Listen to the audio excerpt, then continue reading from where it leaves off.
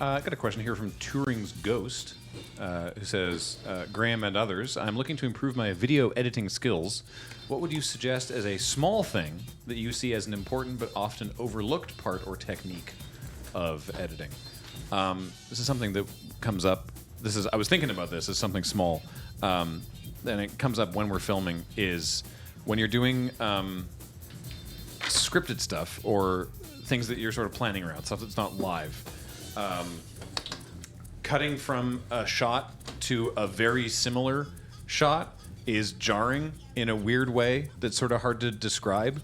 And so sometimes when we're filming, I will actually be like, hang on, if we're going to cut here, I need to move wider. Like I need to move even wider or even tighter so that it's a very distinct edit. That it looks weird if it's like sort of like a shot from here to here.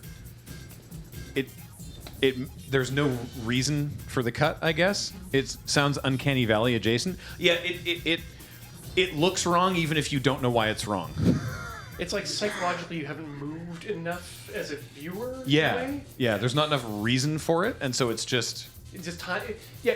When you cut in a good cut, you're cutting both in time and in space. Yeah. And when you do that kind of cut that looks too similar, you're removing the spatial aspect of it. Yeah. And it's just Now, there's a lot of like sort of YouTube content and vlog stuff where people will sort of like punch in and out, and that's fine. That's like a post that happens in post. That's usually like done in post, just with sort of cropping in and out of the shot, and that's totally fine. You can use that to cut out dead air and ums and ahs and stuff.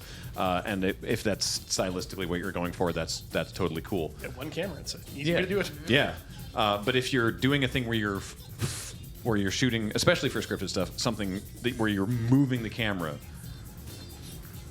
move it more. I guess. I guess it's more of a filming thing than an editing thing, but if that's what was filmed, don't use that in the edit. I guess. Yeah. Dan Olson did a video on jump cuts. Well, you can ask him about it yourself on Monday when he comes here. Did you know Dan Olson was going to be here on Monday? He is. Matt Griffiths says, knowing the keyboard shortcut for snap in Final Cut.